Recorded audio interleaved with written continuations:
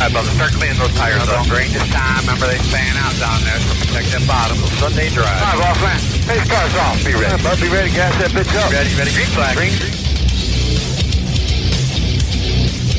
Welcome, everybody, to the Inside Pass. It is Monday night if you're listening to us live. Randy Miller, Tom Baker, and Peter Strada sitting around.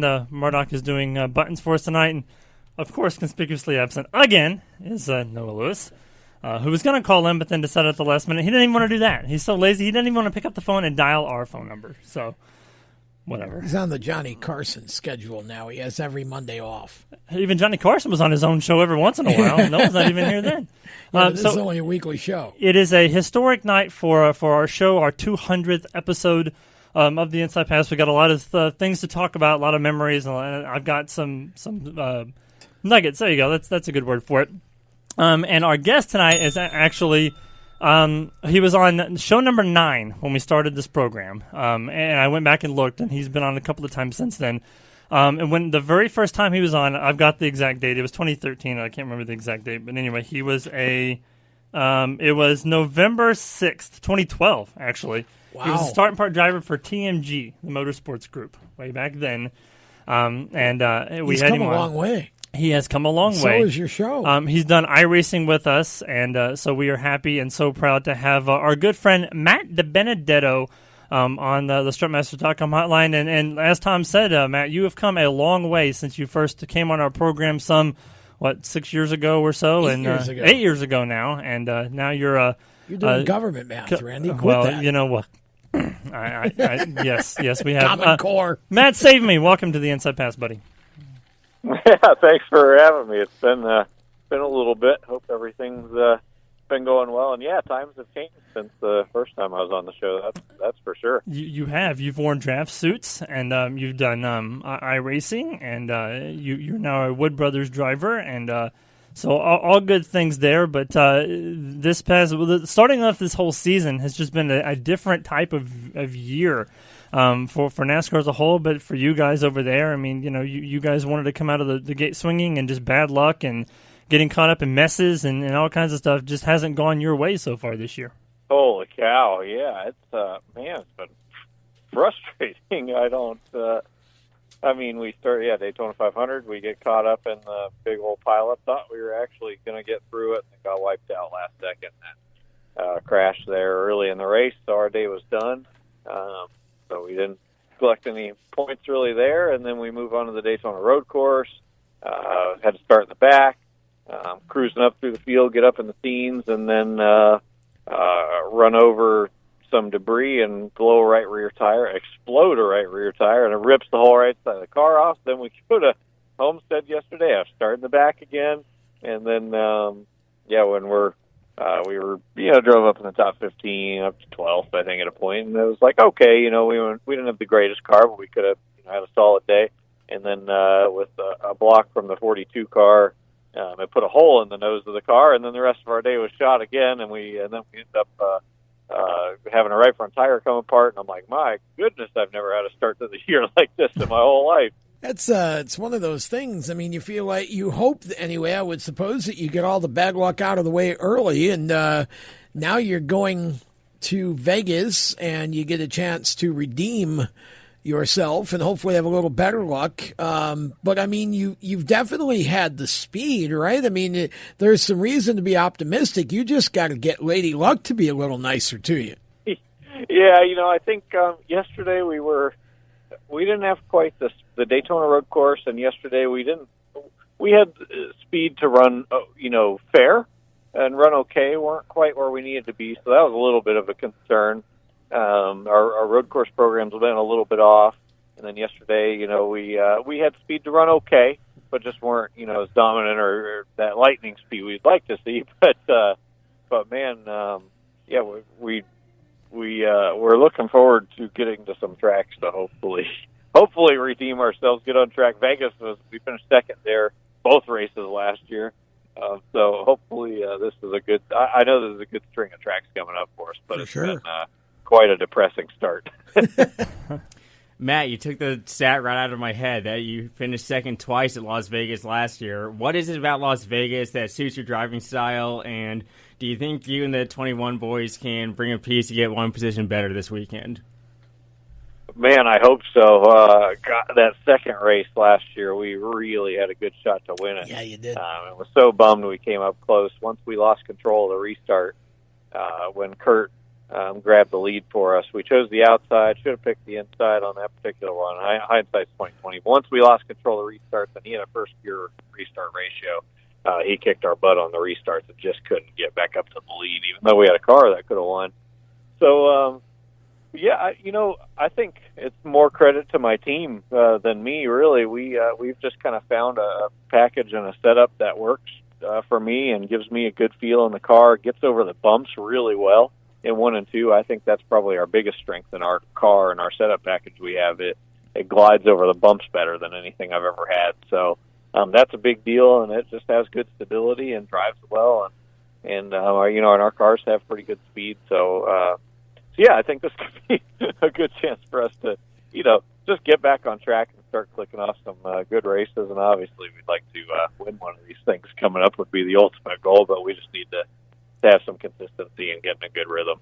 I feel like this year has started off with an unusually high amount of parity in the Cup field, and I wonder, do you sense that same thing? And if so, do you have any idea kind of why and what's going on? It doesn't seem like a whole lot changed from a rules standpoint, but it does seem like there are more competitive cars this year than there's been. You had Michael McDowell winning the Daytona 500, which was cool. I love Michael. He's one of the 3 top guys 10s so far for them.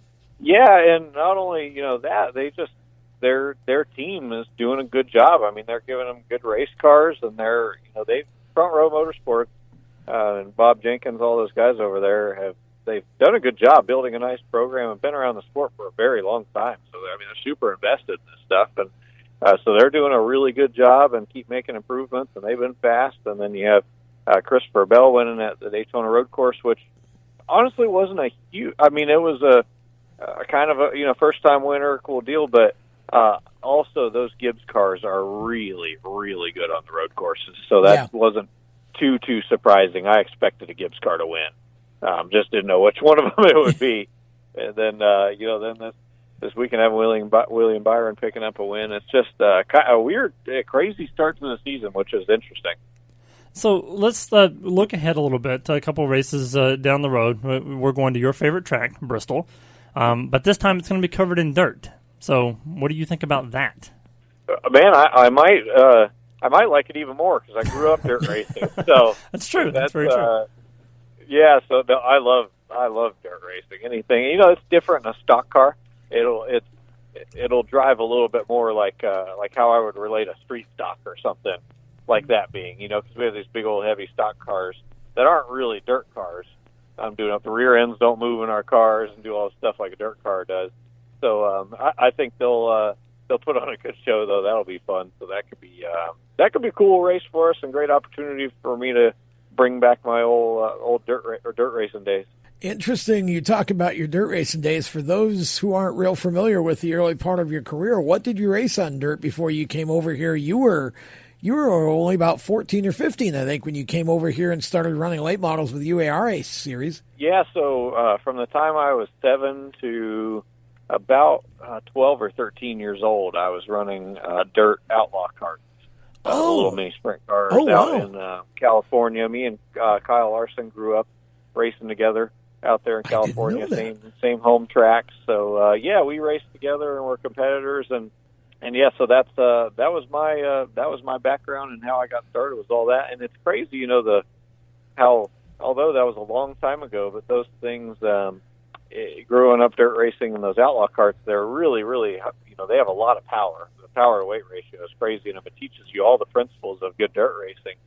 And so anytime I've hopped in a dirt car ever since then, it's been like riding a bike, even though it's been that long ago. But I hopped in a dirt modified for the first time ever, and we won the race by quite a bit, and took to it really quick, and it came right back to me. And hopped in a sprint car one time and was top of the board in practice. Didn't get had an engine failure in the heat race, unfortunately. But Wow. so yeah, my dirt racing stuff it comes right back to me like riding a bike, which I'm appreciative for. Speaking of new additions, we just talked about Bristol, but with that, there are a lot of additions of new road courses on the schedule this year, which make up a good portion of the schedule. I know we just got off the Daytona road course where luck wasn't on your side, but how do you feel about all these road courses coming up this year? Normally I would say good, but it's about probably our weakest point in our program, unfortunately. I love road racing, and I feel like it's one of my strengths for sure. And, you saw when I was in with the 95 team, I think it would be the opposite, where over there we were weak on mile and a half. We didn't quite have the speed we needed, but we were really fast on road courses. Now I feel like it's the opposite with our 21 team. We're really, really strong at mile and a half. Our short track program is excellent. The super speedways are good if we can not crash. But the road courses are our weakest point, which kind of comes at a not so good time because there's a lot of road courses on the schedule. So we got to keep working hard at that. So, Matt, we're going to let you go, but I just wanted to say thank you so much for the last 12 years or so of being a part of our show and really helping us grow the show. You're always hospitable and always willing to come on and join us, and we thank you for that so very much. Yeah, of course, man. Anytime you guys need something, I appreciate you having me on. It's been cool you guys have supported me since the very beginning and through the whole journey, which is awesome, and been through it all. So it's been quite an amazing journey. Yep. Makes me appreciative for it. And we will continue to do that going forward. Matt, best of luck the rest of the season. Go out there and get you that 100th win for Wood Brothers. Sounds good to me. Thank you, guys. Thanks, Matt. We're going to take a break. We'll be back more of the Inside Pass right after this.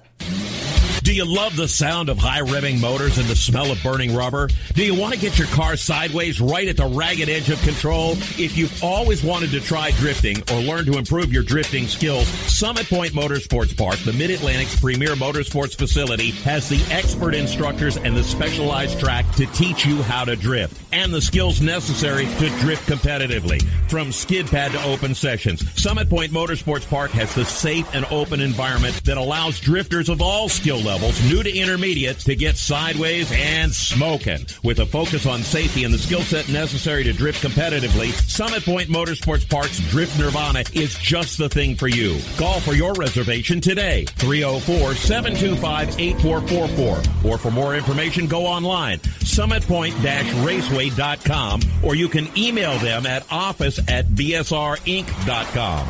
Drift Nirvana, getting you sideways the right way. Victory Custom Trailers is the place to go for your next new or used trailer or coach.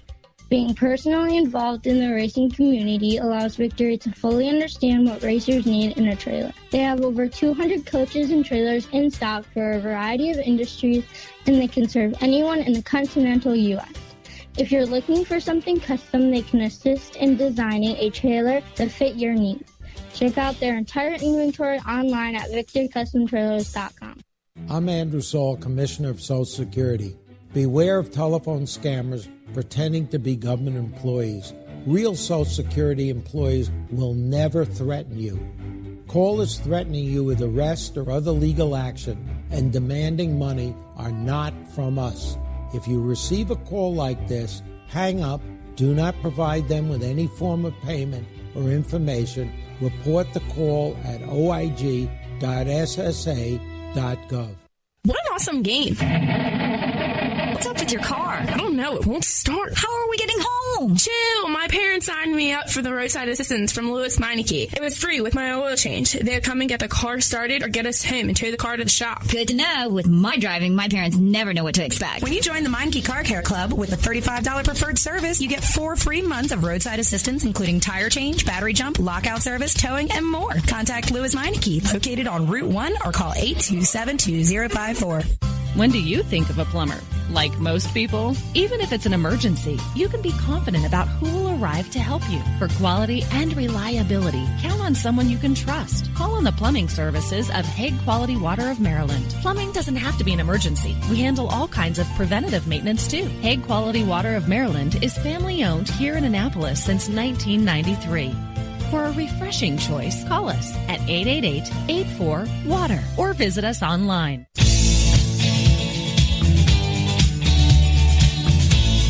Hello, race fans. This is Chris Wright. Thanks for listening to these guys. Some great radio hosts. You're listening to the Inside Pass.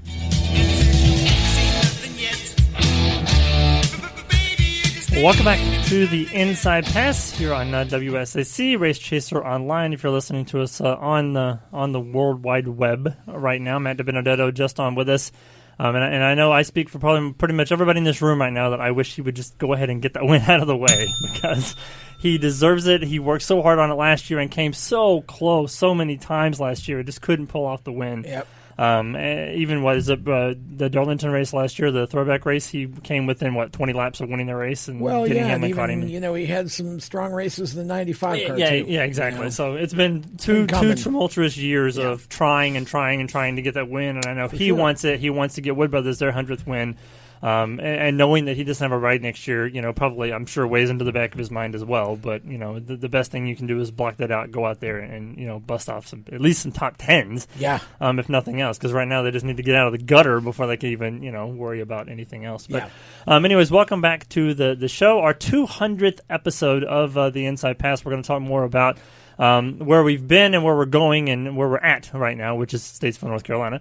But that person who just brought us back has been a big part of the show too, Chris Rice. Yeah, he's probably the most entertaining part of the Fox broadcast the past couple weeks. Chris Rice and I think Nick DeGroot are pretty well tied in terms of how many times they've been on the show. Of course, Chris doesn't come on as much as he used to. He used to do fantasy NASCAR for us several years ago. He would come on every week and talk about who we should pick for fantasy NASCAR. Now and he was actually pretty accurate. Bias, yeah, exactly. Right? He can't be biased anymore, so he can't do it. But we can't do the Xfinity. But he was actually good with getting us a few good guests over the years. We've had James Busher and Alex Bowman, and pretty much everybody that has come through Turner Motorsports over the course of the last 4 or 5 years. He can't do much of the Cup Series either with that 16 car running a lot of these races. Well, yeah, true. that's very true. Yep. So, but he has been very hospitable to us, and even now, Colic Racing is very hospitable to us. Yes. We've got Justin Haley on a lot. Jeb Burton's going to be on, I'm sure, a couple of times. And We've had AJ, right? AJ hasn't been on yet, but he's going to come on. And as soon as he gets some clearance time, he was going to be, but then he had to cancel. Oh, that's right. We've had Ross, right? Yeah, we've had Ross. Yeah, Ross was on. I'm sure you go back. Even Kaz has been on, and so we thank Colic Racing for their hospitality as well. So we'll do 2 rounds, and then the last segment we're going to actually talk about where we've been and where we're going with our episode number 200. So this is where Chris takes over the show. Wow, I get to take over. Yes, you do. Well, but see, I gave it to you as opposed to somebody else who's not here tonight who just took over the show on his own merit. So, do I get to pick the order? Sure. Let's go. Do whatever you want. Tom, Randy, and Peter. Okay. Sounds good. Tom, we'll have you start the roundtable discussion. Lap traffic became an issue in the final 3 laps of the Xfinity race at Homestead, at least for Noah Gragson, with David Starr blowing a tire and going up into the wall. What do you think about the involvement of lap cars and how it affected Noah's race? See, you were supposed to read the question literally. Well, it says it says roundtable discussion. Thoughts on lap cars and effect on Noah's trouble, because I had a nice line about that. Sounds like a movie. Brad Pitt stars in The Trouble with Noah. Look, Noah causes a lot of trouble, so that's a whole lot feature film, but we're talking about 2 different movies. Look, for me, this is really a case of just Noah speaking before he thinks, which has unfortunately been a problem for him over the years.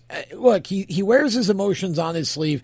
He did not know that David Starr had blown a tire. David Starr did nothing wrong. David Starr was leaving Noah a line to run. He was at least a groove or a groove and a half off the wall. The right front tire blew at exactly the wrong time, put him up into the wall at about the same time Noah was on the run, too close to him to do anything. So, Noah didn't really have time to react, I don't think. And so I don't blame anybody really for the wreck. But Noah's just got to learn to kind of chill out a little bit. You've also got to think, I would agree with that, but also Carl Long has thrown some sticks into the fire now with his post-race. Well, yes, antics, but I'm just talking about Noah's post-race interview, which was before he knew about the tire, of course. I think everybody just needs to kind of chill out a little bit. But it's kind of, I don't think the lap cars, although some people thought that lap cars are more of an issue than I did in that race. I really didn't see it too often, but that particular situation, I don't think was a blown tire. Nobody could do anything about that. I mean, I get being frustrated because, this is the third year in a row that something has happened to him, trying to win the race. But what are you going to do? I mean, if you're, if you're David Starr, your tire blows, you're going up to the wall. There's nowhere else for you to go. That car, by gravity, it's going up to the top. It just so happened that, Noah wasn't fast enough to go around him before he got to him, or he was just, the gap was too much of an issue. And by the time he got there, he was, the closure rates. The closure rate plus the fact quick. that when you blow a tire, you're hitting the wall, the gravity is going to take you down to, 80 miles an hour or whatever it is versus Noah's 140 miles.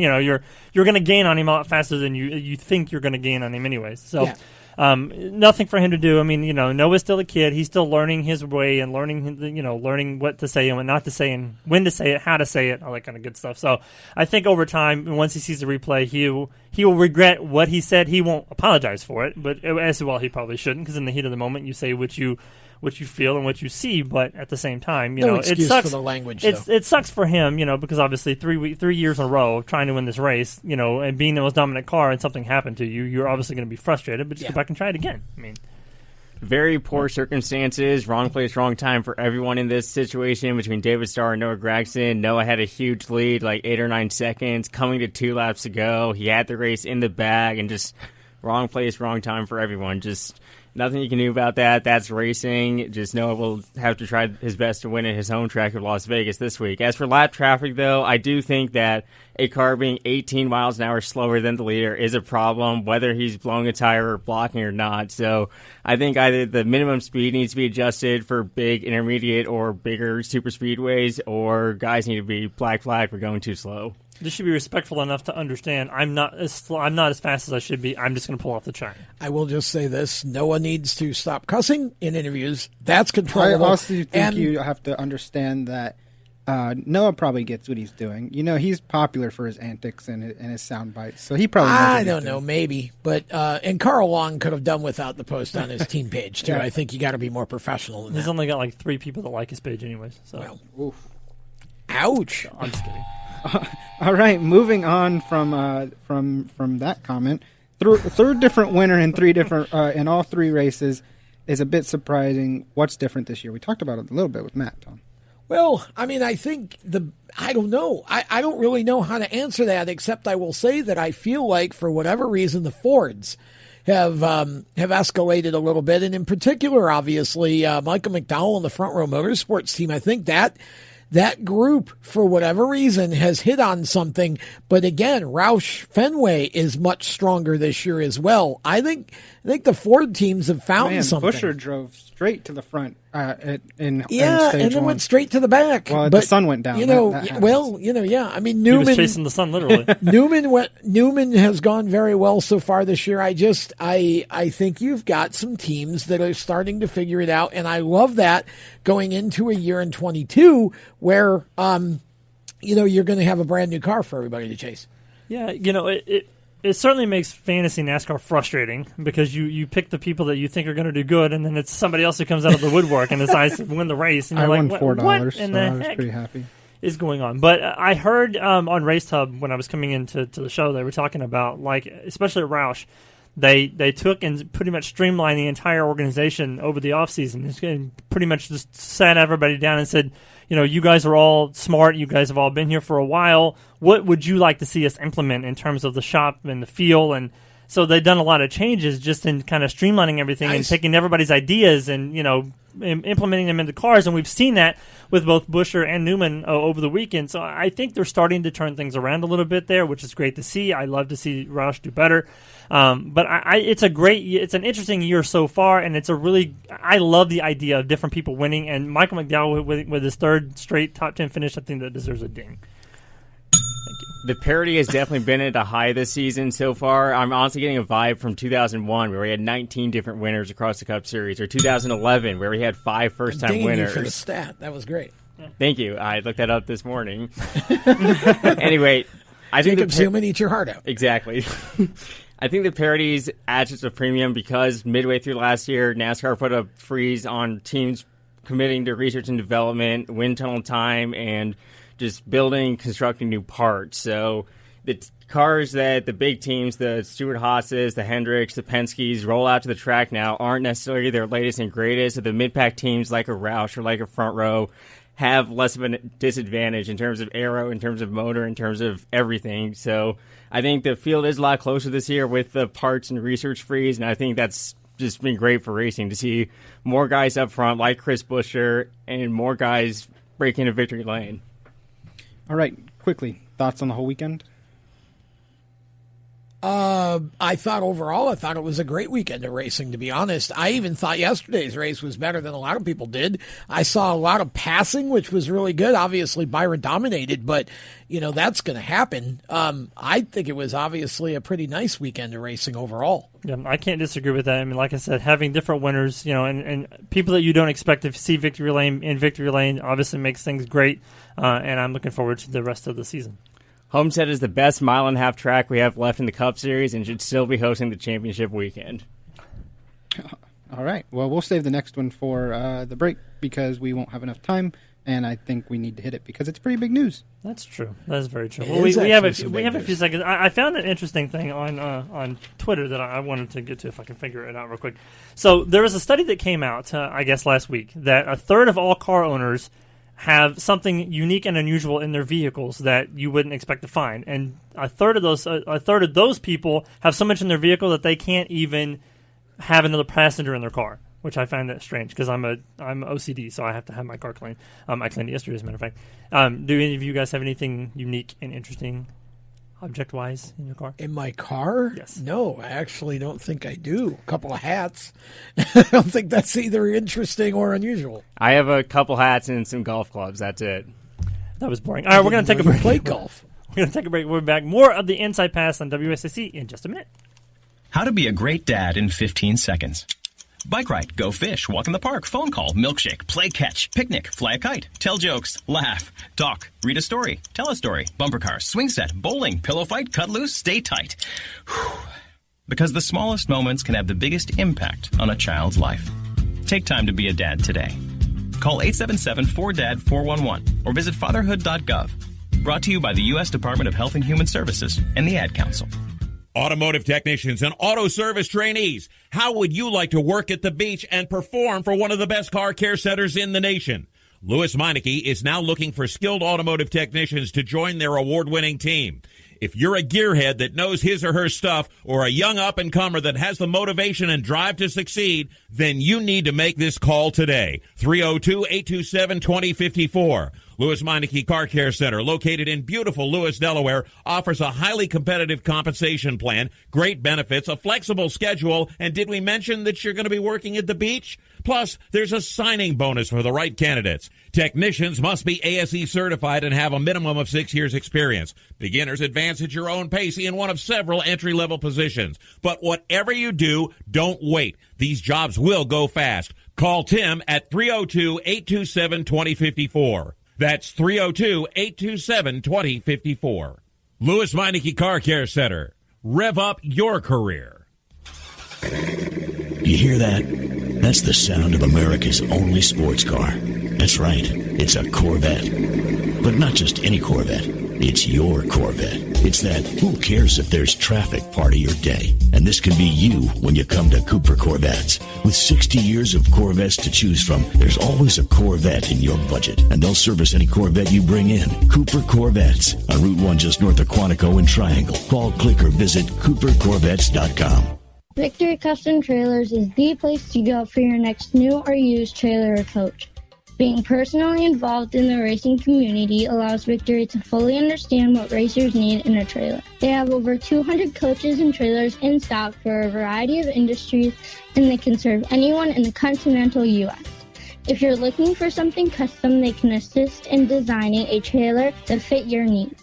Check out their entire inventory online at victorycustomtrailers.com. He wanted to be known for doing his best. Sure, you're right. His best made him Major League Baseball's most valuable player. Strike 2. He played in 6 World Series and was elected to the Hall of Fame. Although an honest man, he was best at stealing home. But the best quality of Jackie Robinson's life was his character. So here's to you, Mr. Robinson. Thanks for passing it on. From the Foundation for a Better Life at Values.com.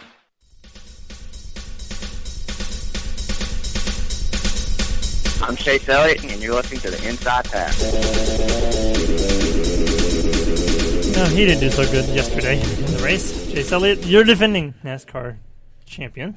Had a little bit of a bad day, but I guess everybody has bad days every once in a while. So as long as you get it out of the way and go on to greatness. Yeah, unspectacular 14th place finish. Yeah, for sure. But his welcome teammate back. won. That's true. So at least Hendrick got a win. That's right. Welcome back to the Inside Pass. Randy Miller, Tom Baker, Peter Strada with us, and Murdoch pushing buttons. Noah might be back next week as long as he doesn't have anything else better to do with his time. Oh, yeah, next week will be his on. Is he going to go to and then Vegas? he'll Is he going to go to Vegas? I don't think he's going to No, Vegas. I don't believe he's going to Vegas. If he goes to Vegas, he may never come back. Can't afford to fly that far. That's true. Frequent flyer He's a miles don't college kick kid. in yet. He's So gotta stay on anyway, the East Coast. Next week on the show, we've got Justin Lofton coming on. Lofton's going to make a start in the ARCA West Series race at Phoenix. Yes. So I'm looking forward to that. He was apparently he was in the race last year, and I completely missed it. So I felt a little like under the rock, I guess, for not knowing that. But this year I knew it, so I was going to have him come on before they go to Phoenix for the race weekend, and hopefully he'll get him a win in the ARCA Series. So, fantasy update real quick. Tom is now leading the points because he's the only one that scored points. Wow. I mean, it wasn't that bad. You had Riley Harpston and Kyle Larson, and they're the only two that did anything remotely resembling anything good over the weekend because Jacob had Reddick and Nick had Reddick, and of course he got disqualified, so he got 0 points, which he doesn't get points anyways, but the whole team got disqualified, so he didn't get any points anyway. I had Allgaier, and Allgaier got wrecked. Noah had Cindric in the Xfinity race, so he got some points there. And then Peter had Noah Gregson, and we all know what happened there. So close. And then away. And the Cup Series, pretty much everybody had Hamlin, which got a top 11 finish. Peter had Kyle Larson, as did Tom. And then, of course, poor Red had Spire, and both cars aspire. Yeah. Well, one of them spired out of control. One of them spired. One of them the motor spired. That's exactly right. Spired motor. So fantasy NASCAR this week, Jacob picked Kyle Busch in the truck race because obviously Kyle Busch, and then picked Noah in the Xfinity race and Denny in the Cup Series. Noah picked Sheldon Creed, Austin Cindric, and Joey Logano. So, Peter, what is your picks for this week? I'll go trucks, John Hunter Nemechek, just because I don't want to pick Kyle Busch and be boring. Xfinity, I'll go AJ Allmendinger, and Cup, give me Kevin Harvick. All right, Tom. Let's see. In trucks, I will pick Ben Rhodes to get another win. In Xfinity, I will pick... Let's see. Let's go with Austin Cindric for that. And in the Cup Series, I'm actually going to pick Kyle Busch to win the Cup race. Well, it's his hometown, so I mean, if anybody can do it, it can be. Yeah, I'm going to pick Kyle. So for me in trucks, I'm going to pick Kyle Busch just because I mean, I need points. In Xfinity, I'm going with Daniel Hemrick because he had a strong showing at Homestead, finishing the top 5. So. I think that team's coming around. In the Cup, I'll pick Truex. Truex came close to winning too yesterday, but late pit stops and stuff like that kind of put him behind. So he didn't. He still got a top 5 out of it. He got second out of it actually. So those would be my picks. So we'll see. I'll get Seth and Nick to give me theirs. Nick's busy with iRacing right now, but we'll see what happens. All right, back to you, Chris. Back to me. Back to you. All right. We're going to hit the last question that I mentioned before the break. Bill Lester plans to return to the Truck Series at Atlanta. Just read that Camping World will be on the hood. So, Tom, what are your thoughts? I think it's great. Bill is a really super guy. I watched 2 different interviews with him over the weekend. And, he's a very humble guy. And he really had a lot of talent. I mean, obviously he hadn't raced in quite a while. And so I'm not expecting him to go out and light up the scoreboard or anything, but I think it's fantastic to see him back behind the wheel of a truck, and I hope he enjoys himself, stays safe, and has a good time in doing it. And be nice to see him get a good run. But I think that immediately in this year, especially in this current kind of era of NASCAR, I think it's great to see him coming back. Yeah, I'd love to see the nostalgia part of the truck series. Some of these older guys that have been in trucks and have been away for a few years come back.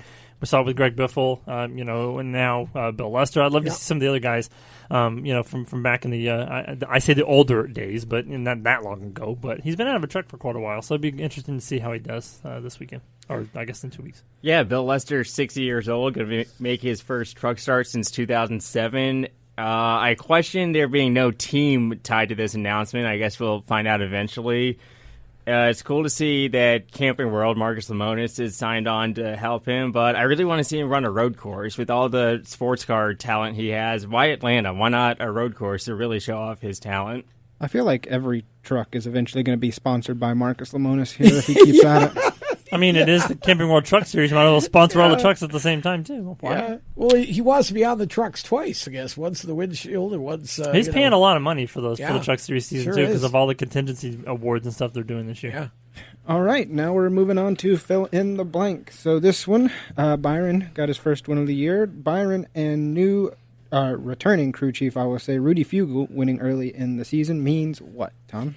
It means trouble for the rest of the Cup Series competition because... Didn't take them long to get back those into it. two getting a win early. Remember, this is Rudy Fugle's third race as a Cup crew chief. He skipped Xfinity. He was in high school, skipped college, went straight to the pros, out of the Truck Series, and directly into a huge spotlight with Hendrick Motorsports and William Byron, and put William in victory lane in dominating fashion, I might add, Randy, in only the third race of the season. So I think this is trouble. I think they're going to win a couple more before this is over. Yep, you took trouble right out of my mouth. Fugle and Byron were a tandem when back when Byron ran for KBM in the Truck Series, and they won in their fourth race together in the Truck Series, and he went on to win the championship. So this time, the third win, maybe Byron's going to be the perennial favorite to win the championship. I think if they win now, they'll win 3-4 more races, I'm sure, this year.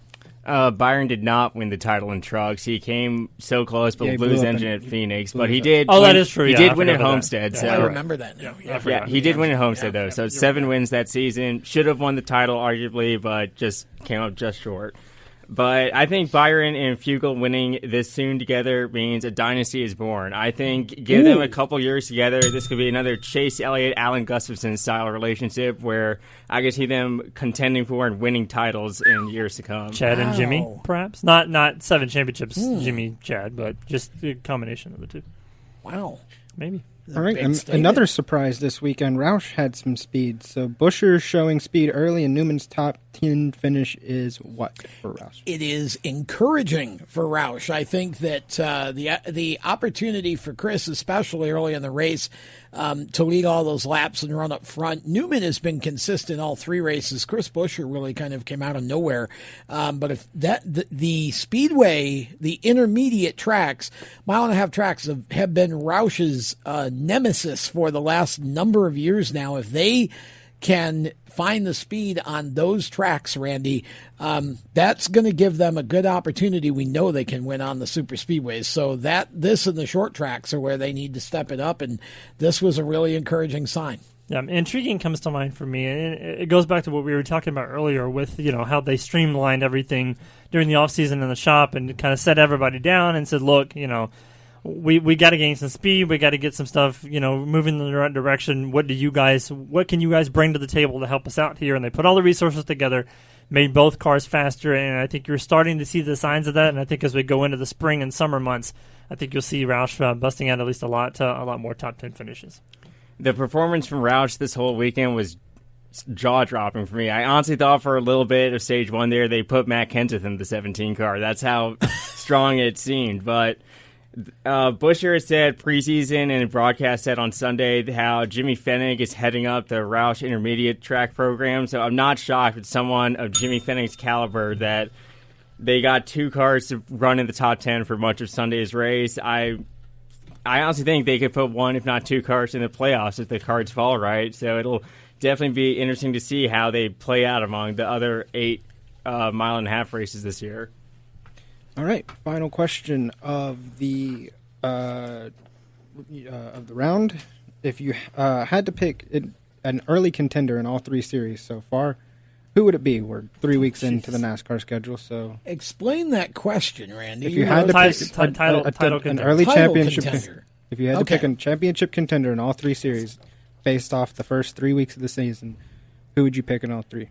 Quickly. Oh man! Well, okay. So in the trucks, Texas only had 2 races. So. Well, in the trucks, I'm still going Sheldon Creed. I still think the road to the championship goes through him. Xfinity, Austin Cindric, and in the Cup Series, you know what? Right now, I'm going to go with Michael McDowell. Believe it or not. Yeah, Michael McDowell was who was going to come to mind for me with Cup. In Xfinity, I still think Junior Motorsports is going to come around, so I think I'll pick Noah because he's probably been the most consistent so far.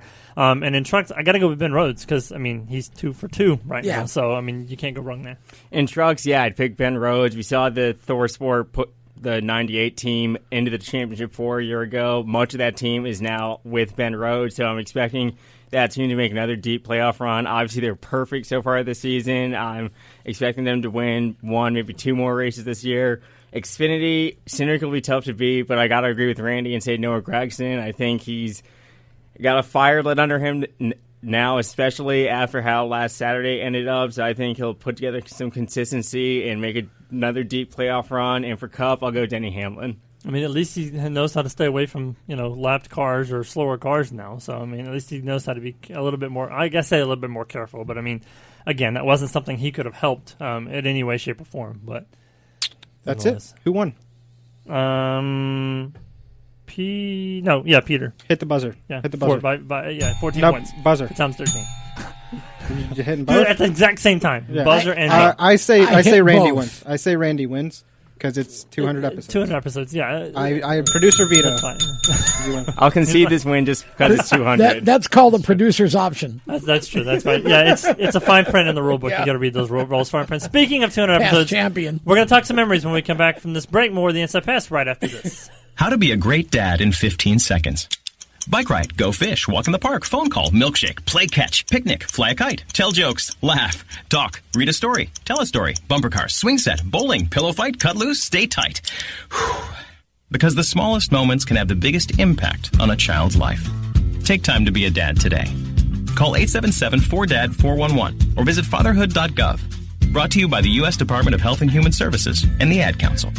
Automotive technicians and auto service trainees, how would you like to work at the beach and perform for one of the best car care centers in the nation? Louis Meineke is now looking for skilled automotive technicians to join their award-winning team. If you're a gearhead that knows his or her stuff or a young up-and-comer that has the motivation and drive to succeed, then you need to make this call today. 302-827-2054. Louis Meineke Car Care Center, located in beautiful Lewis, Delaware, offers a highly competitive compensation plan, great benefits, a flexible schedule, and did we mention that you're going to be working at the beach? Plus, there's a signing bonus for the right candidates. Technicians must be ASE certified and have a minimum of 6 years experience. Beginners advance at your own pace in one of several entry-level positions. But whatever you do, don't wait. These jobs will go fast. Call Tim at 302-827-2054. That's 302-827-2054. Louis Meineke Car Care Center. Rev up your career. You hear that? That's the sound of America's only sports car. That's right. It's a Corvette. But not just any Corvette. It's your Corvette. It's that who cares if there's traffic part of your day. And this can be you when you come to Cooper Corvettes. With 60 years of Corvettes to choose from, there's always a Corvette in your budget. And they'll service any Corvette you bring in. Cooper Corvettes on Route 1 just north of Quantico and Triangle. Call, click, or visit CooperCorvettes.com. He wanted to be known for doing his best. Sure, right. His best made him Major League Baseball's most valuable player. Strike 2. He played in 6 World Series and was elected to the Hall of Fame. Although an honest man, he was best at stealing home. But the best quality of Jackie Robinson's life was his character. So here's to you, Mr. Robinson. Thanks for passing it on. From the Foundation for a Better Life at Values.com. When Marlon Shirley was 5 years old, he was in an accident and lost his foot, but he didn't lose his heart. When you tackle a challenge that you just cannot even fathom tackling, when you accomplish that, the amount of integrity and the will and the heart that you'll get from that experience is what will set you up for your life. In less time than it took Marlon Shirley to say that, he can now run 100 meters because today he's the world's fastest amputee. Overcome it. Pass it on from the Foundation for a Better Life at Values.com.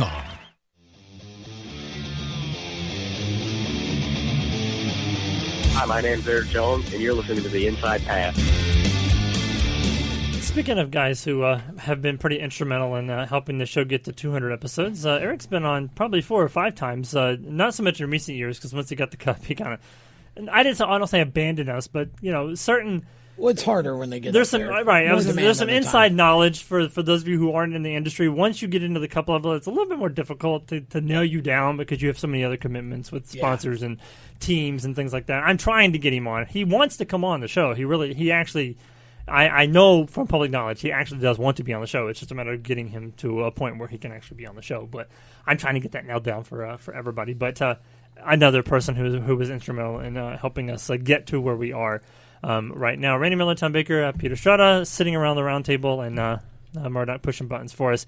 Murdoch's been a guest host on our show before a couple of years ago. Yes. And Tom had to go to Batesville. He stepped in and helped us. Yeah, that was co-hosted the show.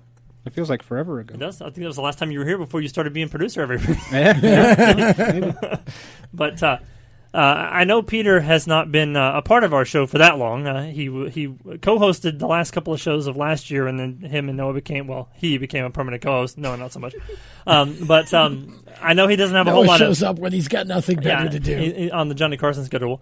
But I know, Peter, you don't have a whole lot to go on in terms of memories of the show. It's only been 6 or 8 weeks or so. But so far, since the beginning of the year, what do you think? I think having both Adam Stern and Bob Pockers on was pretty cool. I think we had them on in back-to-back weeks to open the season. Yep. Just having both their insights into still silly season talk was at the time pretty fresh, and all the other insider knowledge they have was pretty cool. Pretty cool to nail both of them down with how high their status is among the media side of our sport. Adam is actually a pretty frequent guest of our shows too. He'll usually come on whenever we want him to. Jordan Bianchi's kind of also been on a couple of times in the last part of the year, but it's also Bob Pockers' birthday, so happy birthday, Bob. Happy birthday, Bob. Happy birthday, Bob. I know before he became a member of the Fox Sports team, he actually did listen to our show pretty frequently when he was working for Sporting News. So he may not now, but I mean, once you get big time, forget about the little guy. But it was good. It was cool to have him on. I was looking forward to having him on for quite some time. Tom has been here for almost half of our shows now because we've been on WSIC now for almost 2.5 years now. So I think we started with somewhere around episode. Well, it hasn't been 2.5 years here. Well, no, almost. A year here, It'd be about 2 a years. year and a half in the studio in Morrisville. It'd be 2 years in October here in the studio, but 2.5 years total for Tom. But we were on 95 or 100. No, we were close to halfway when we started with Race Chaser and everything. So you have a lot more memories to go by than Peter does. But any guests stick out to you or memories in general? Gosh, I mean, we've had so much fun with this. Really, Justin Haley probably was one of the high points for me. The show that we had him on, maybe 5-6 months ago, it was late last year, and he actually blew us off. We asked him to stay another segment, but he blew us off because he was literally ready to get into his car at the drag strip in Mooresville and go out and actually run around. And it was pretty funny. We're like, hey, can we hold you for the break? Nope, can't do it. Got to get in my car. I'm drag racing. Oh. Good luck. That was probably one of the high points. Justin is always a good guest, but we've just had a ton of fun with the show, man. Yeah, I could sit and I try to make a list of all the people that have been on the show, but there's way too many people. Over the course of the last several years that have come on, but just from what I've pulled, I mean, we talked to Matt earlier, and it's funny because I think the second time Matt was on our show, he actually was iRacing while he was on the show with us. It wasn't like an official iRace or anything like that, but...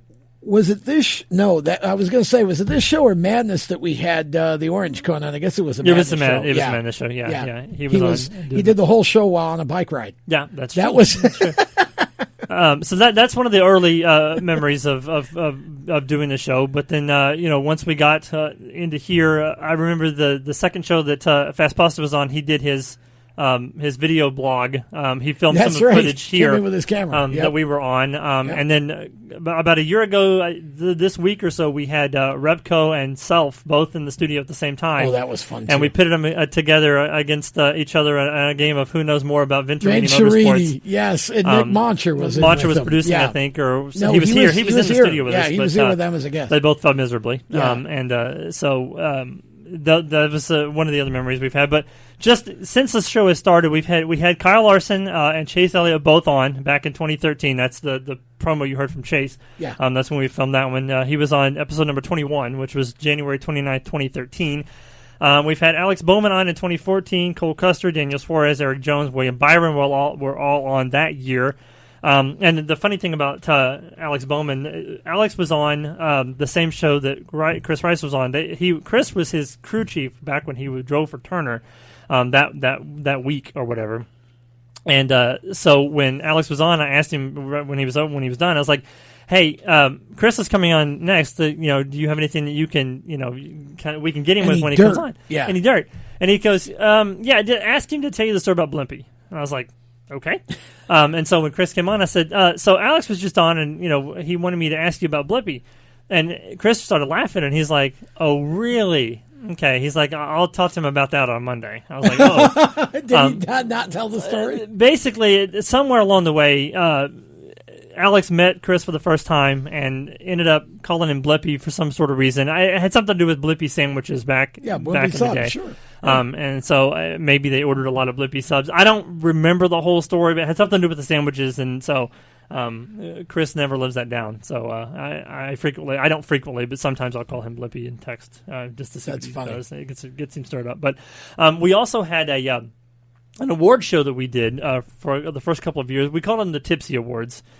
Because it was the Inside Pass Sports the acronym Awards. TIP. You see, TIP, Tipsy, yeah. Okay. Everybody, our listeners are called TIP Nation. So if you ever meet tweet or text Nation. or whatever, they're TIP Nation or Tip Nation. But we had the Tipsy Awards that we did. It's kind of like a year-end review type thing that we did because we always take the last 2 weeks of the year off every year. So we just kind of pre-recorded a Tipsy show, and kind of we did an award show, and we had the fans vote on the awards. And so Matt Dibenedetto has won a couple of awards, a couple of Tipsies over the course of the years. It was a fun thing to do, but now that we've been on WSSC, we haven't done it. But I kind of want to bring it back because I think it'd be kind of cool. It's kind of a funny thing to do at the end of the year. Sounds so like there should be alcohol involved. We might bring that back at some point. But we mentioned Nick DeGroot being on 24 times as we speak. He'll be 25 in the next couple of weeks when he comes back on. But I can't do this show without thanking Nick for everything that he's done. Sure. I think the first time he was on, he was like 9 or something like that. So he's come quite the long way. When he first started on the show, I think he had just gotten started with motorsport.com. Oh, wow. And so that was many like years 20 ago. Or 21 then. Yeah, actually. and so now he's an accomplished iRacer looking for the championship. And a lot of people don't know this, but every time, even before when we started the show, doing the show together, every time you'd come in, I would yell your name. Yes. And that's sort of like our good luck omen. So I think it's only fitting if I back up and for the first time at episode 200, do it on the air. Randy! Yes, it's kind of been an ongoing thing. We started way back when we were at the Mooresville studio doing it. All those nights that we were doing Madness, and Chris and I were locked in the room together. He was watching me produce the show.